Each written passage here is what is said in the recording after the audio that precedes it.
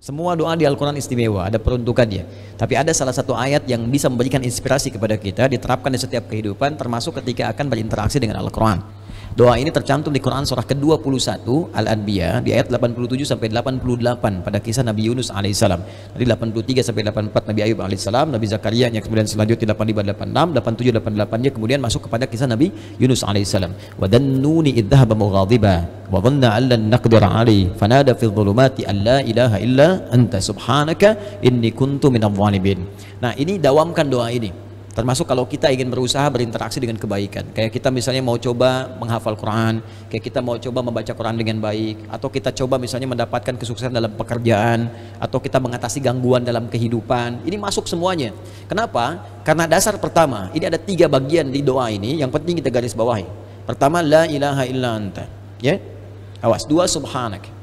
3, inni kuntu minadh dhalimin. Jadi kalau kita zikirkan misalnya la ilaha illa anta subhanaka inni kuntu minadh dhalimin, la ilaha illa anta subhanaka inni kuntu minadh dhalimin. Kalimat la ilaha illa anta, yakni la ilaha illallah, ini dasar semua kehidupan kita.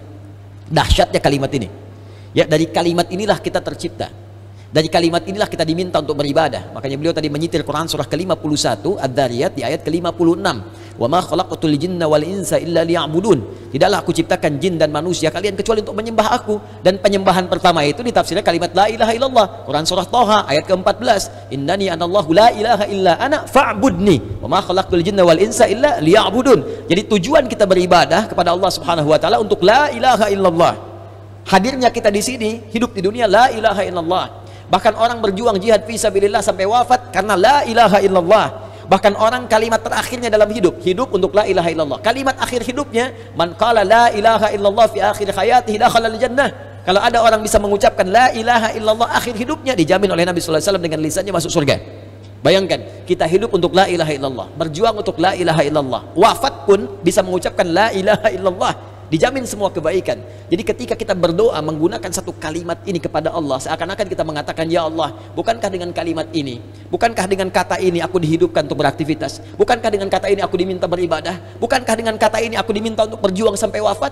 Maka dengan semua keistimewaan di kata ini, ya Allah, mohon kabulkan, aku ingin minta sesuatu.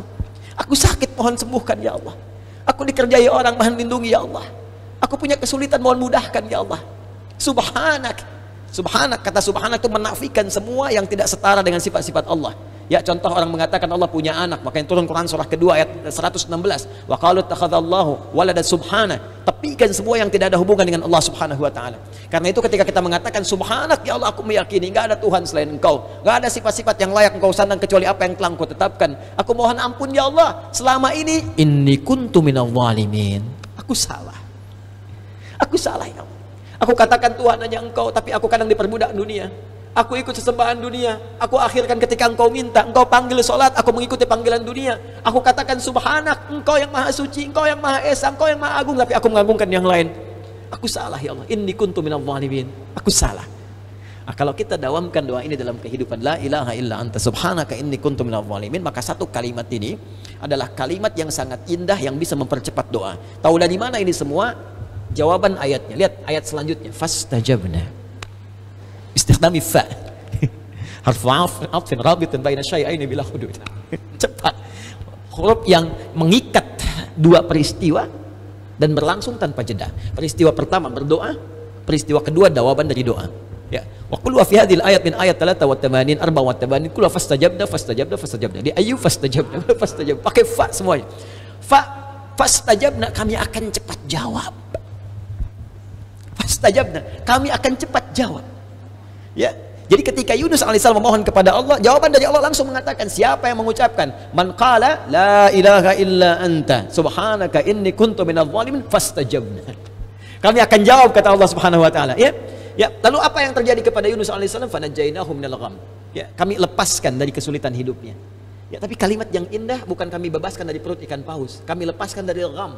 Gham itu kalimat yang umum, ya, masih luas, sesuatu yang membuat kita gelap. Bukankah Anda kalau mendapatkan berita dari kantor, Anda sekarang berhenti kerja, gelap langsung. Padahal harinya siang. Bisa kepleset di jalan, gitu kan? Lamaran ditolak langsung gelap, gitu kan? Itu gham namanya. Wa kadzalika nunjil mu'minin.